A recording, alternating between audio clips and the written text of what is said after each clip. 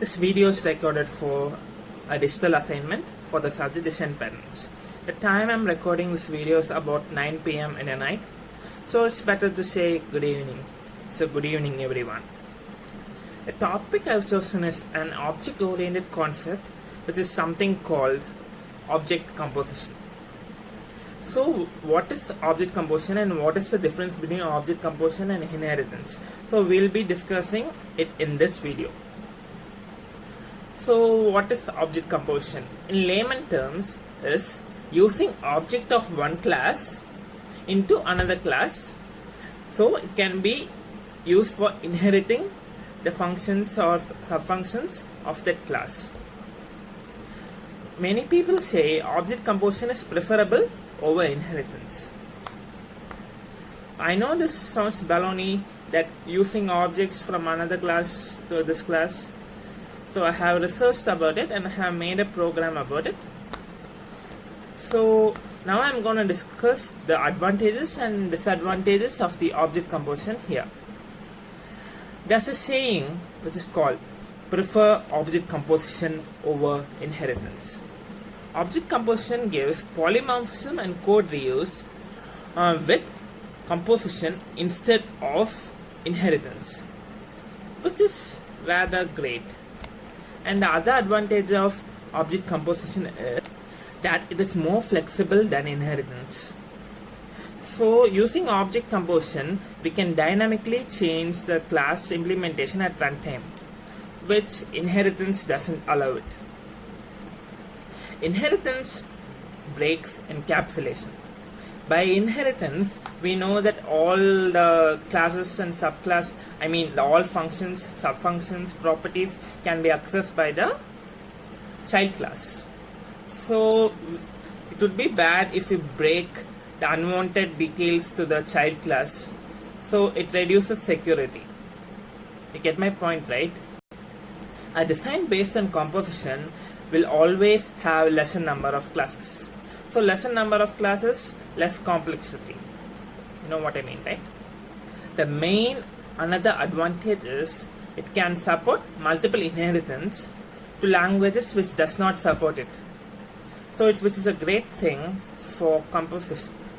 There would be no conflict between using the same name for two classes, same variables, same properties, which can occur over inheritance. So object composition, with object composition there's no conflict between names, properties, functions and all this stuff.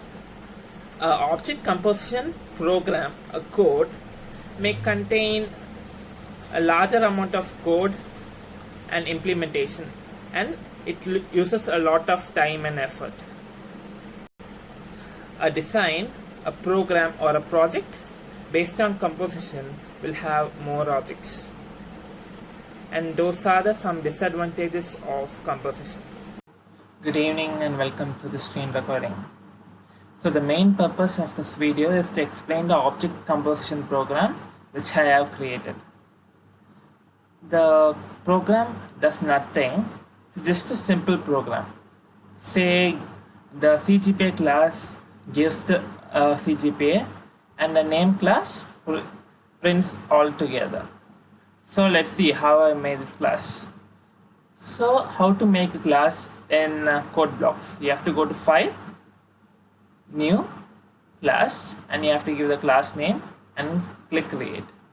So in the interest of time, nobody wants to see me code for about 20 minutes. So for the interest of time, I have already made the program, so I'm gonna just explain it. Okay, so what does this mean? If not define CGPA header, define CGPA header.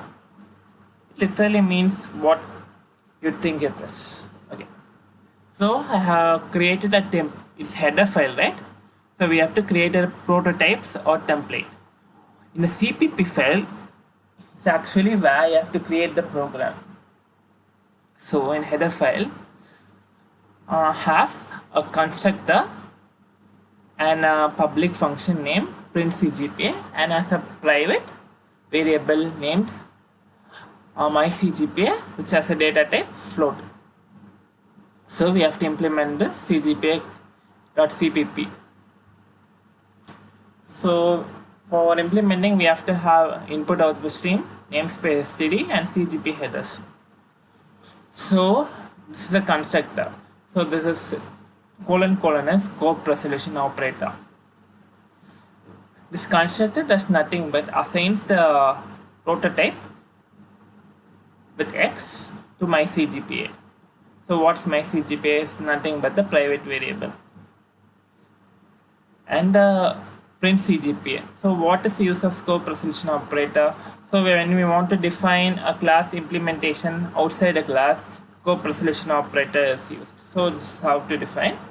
And print cgpa is very simple function which only prints the cgpa. So let's go into the name header. So in the name header is where you use the cgpa class objects here. So if not define name edge, define name edge. So we are working with string right here. So I have used string header. So I have used cgpa header because we have to use objects from cgpa class in here. So this prototyping class name is the name of the class. So it has a public function and a constructor which has two parameters, string x and cgpa co. So you may think, what does the co mean? It's nothing but cgpa object, and it has two private variables, one private variable and a variable which has a return type of cgpa, which is a class. So the cgpa return type is cgpa. So how is this name.cpp is implemented? So I am including name header, cgpa header because we are using objects from cgpa class, input output stream for cin and cout, and using namespace std contains standard definitions. So this is a constructor, has two parameters, string x and cgpa co. So this is the important part where object composition is used. So how to use object composition? You have to use a colon here and a name. So we have defined we have defined a string name and the cgpa has private variables. So we have to use this, and within the parameters we have to give this x here and cgpa co here. So this is how you make object composition. This is a very powerful concept. So and we are building the print info class. It just prints the cgpa is the name. The name is gotten from the name class and the cgpa. So we are accessing print cgpa. For accessing cgpa we have to use the objects, right? So the cgpa is the object here, so we are accessing the print cgpa. So let's build the main cpp file here. So we already know that we cannot access the members of a class without creating objects. So let's create two objects. So first let me create cgp object. Let's say it's cgp object.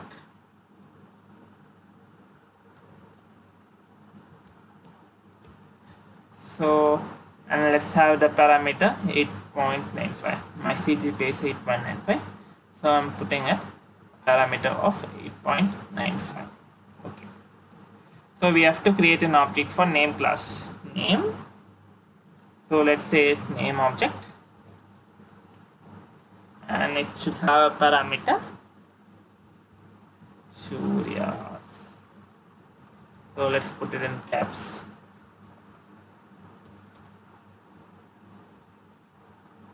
Okay.